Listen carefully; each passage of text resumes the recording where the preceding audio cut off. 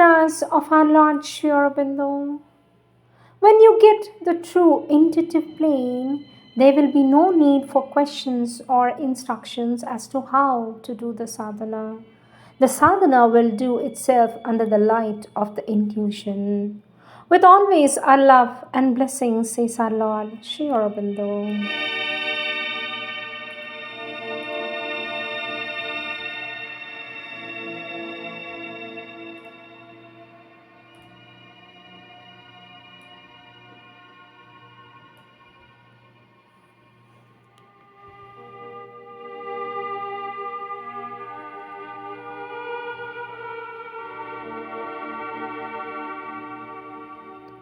Sri Aurobindo's Savitri, Book 5, The Book of Love, Canto 1, The Destined Meeting Place, page 442.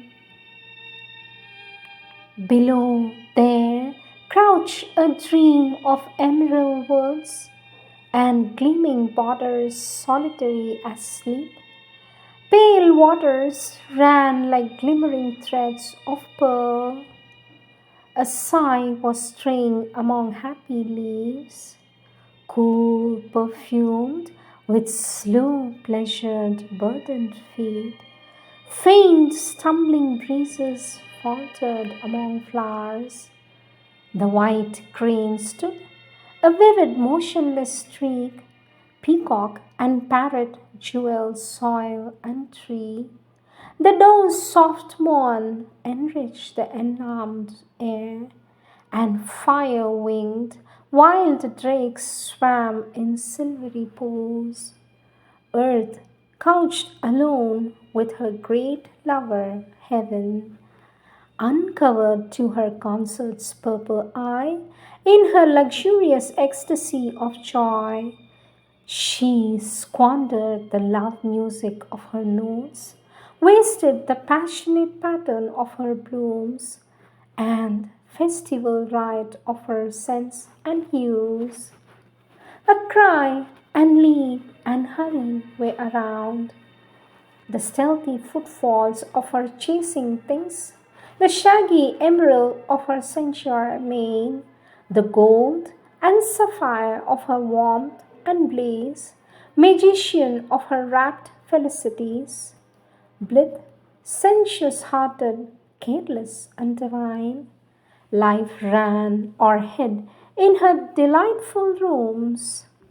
Behind all brooded nature's grandiose calm.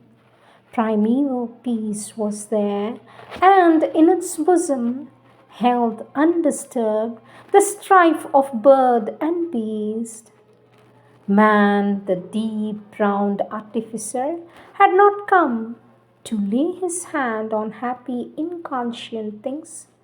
Thought was not there, nor the measurer, strong-eyed toil. Life had not learned its discord with its aim.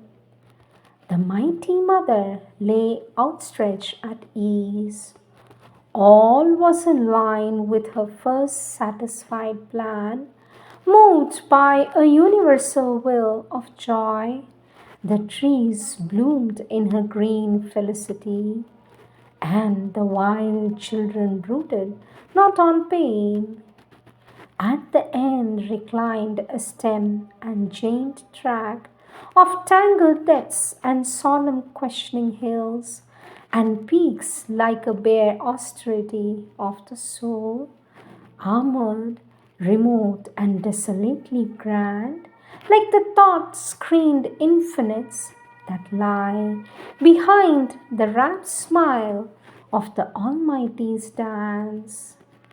A matted forest head invaded heaven, as if a blue-throated ascetic peered from the stone fastness of his mountain cell, regarding the brief gladness of the days.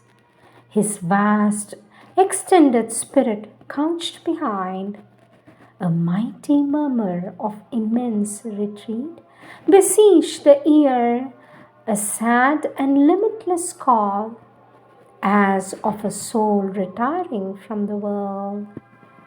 This was the scene which the ambiguous mother had chosen for her brief felicious hour.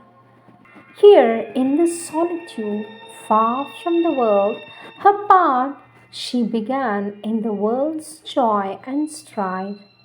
Here were disclosed to her the mystic courts, the lurking doors of beauty and surprise, the wings that murmur in the golden house, the temple of sweetness and the fairy air. A stranger on the sorrowful roads of time, immortal under the yoke of death and fate, a sacrificant, a sacrificant of the bliss and pain of the spears, love in the wilderness met Savitri.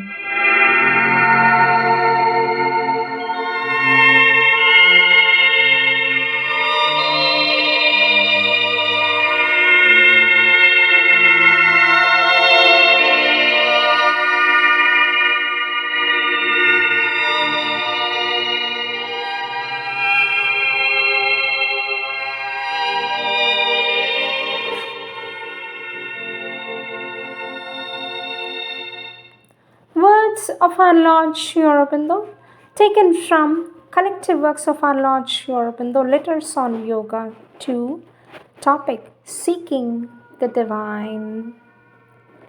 Our Lord Sri Aurobindo says, "You have asked what is the discipline to be followed in order to convert the mental seeking into a living spiritual experience. The first necessity," says our Lord, "is the practice of concentration of your consciousness within yourself.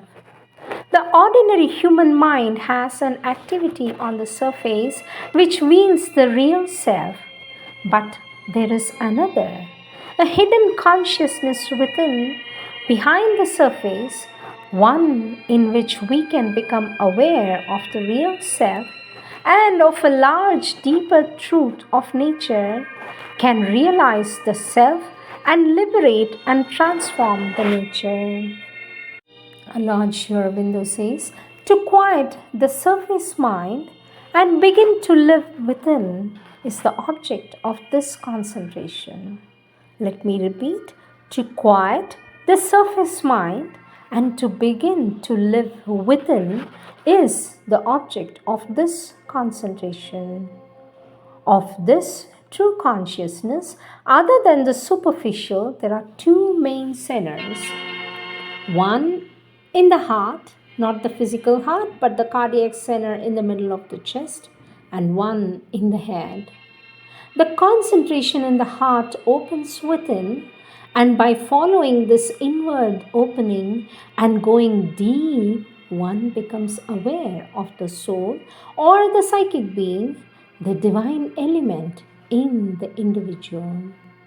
This being, unveiled, begins to come forward, to govern the nature, to turn it and all its movements towards the truth, towards the divine, and to call down into it all that is above.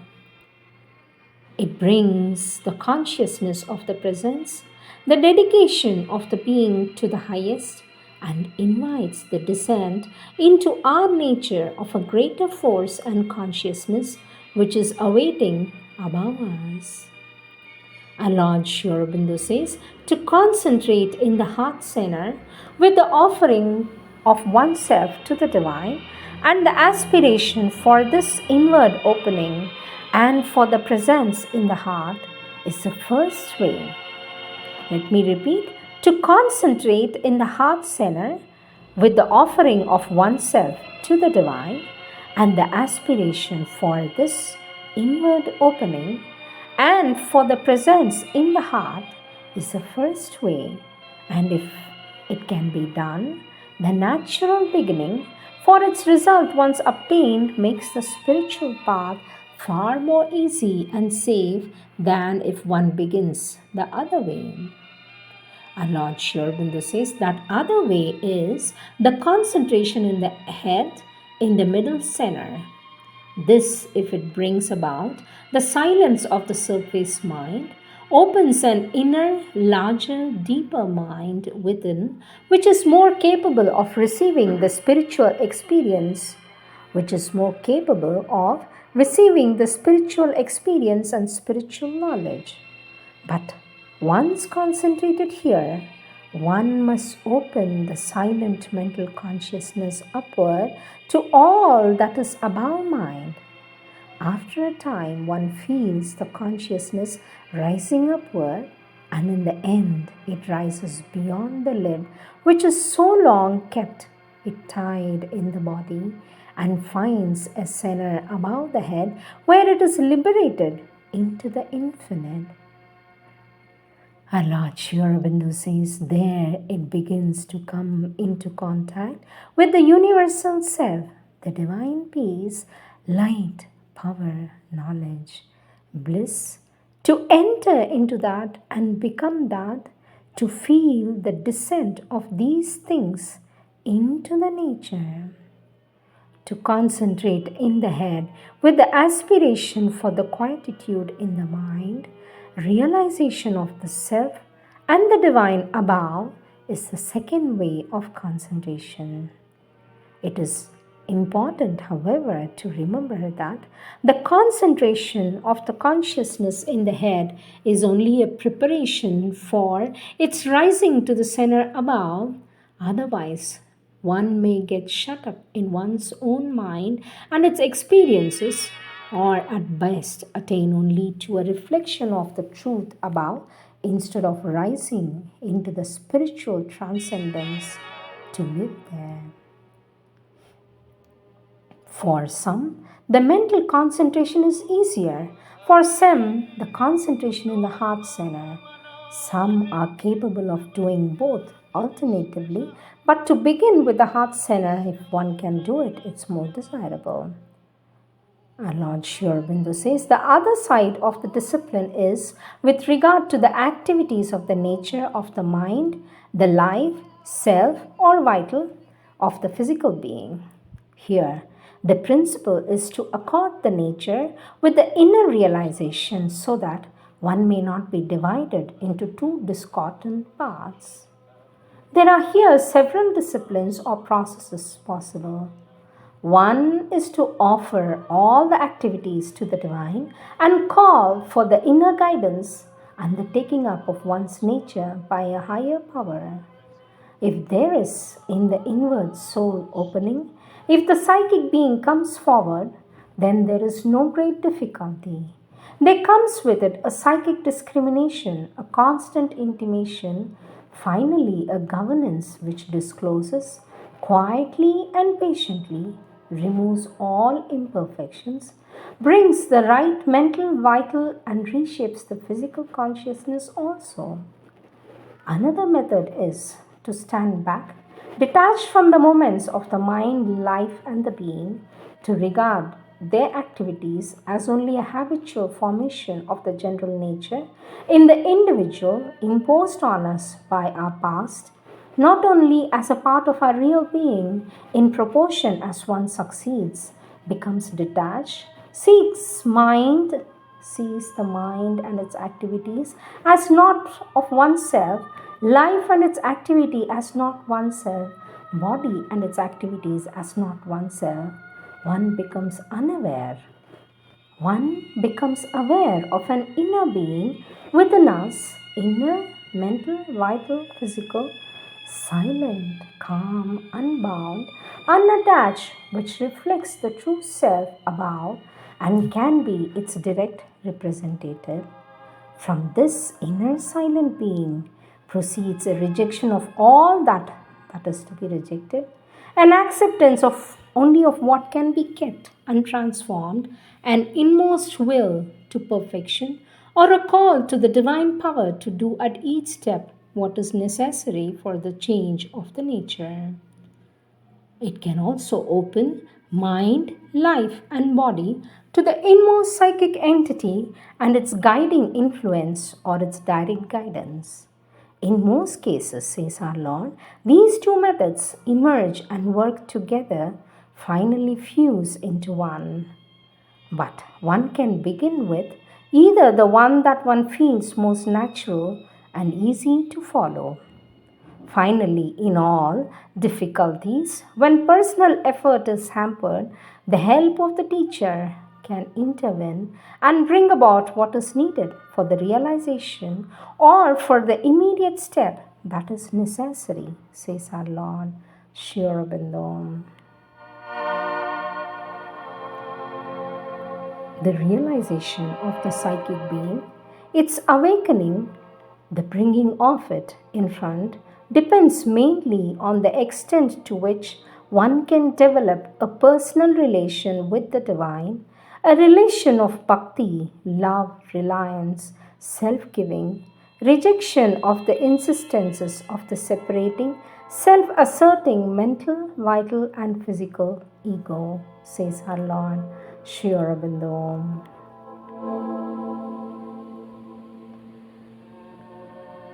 In the book Letters on Yoga, under the topic Surrender, the sunlit way of the psychic is explained by our Lord, where our Lord says there are always two ways of doing integral yoga.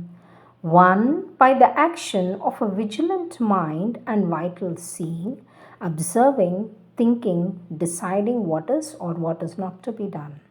Of course, it acts with the divine force behind it, drawing or calling in it that force, for otherwise nothing much can be done. But still, it is the personal effort that is prominent and assumes most of the burden.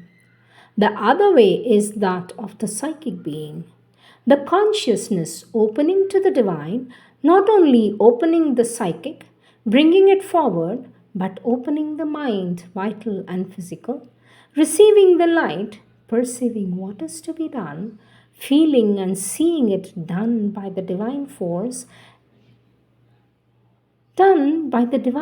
itself, and helping constantly by its own vigilant and conscious assent to and call for the divine working.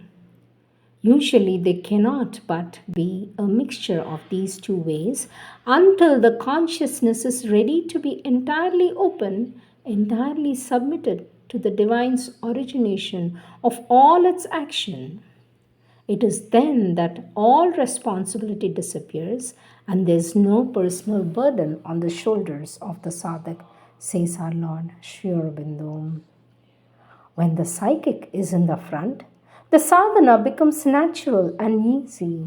It is only a question of time and natural development. When the mind or the vital or the physical consciousness is on the top, then the sadhana is a tapasya and a struggle. The yoga, says our Lord, is usually a series of ups and downs till you get to a certain height. But there is quite a different reason for that. Not the vagaries of the soul. On the contrary, when the psychic being gets in front, becomes master, there comes in fundamentally smooth action. Although there are difficulties and undulations of movement, they are no longer of an abrupt or a dramatic character. Our Lord Sri Aurobindo says, if the psychic is awake and in front, it becomes easy to remain conscious of the things that have to be changed in the external nature, and it is comparatively easy to change them.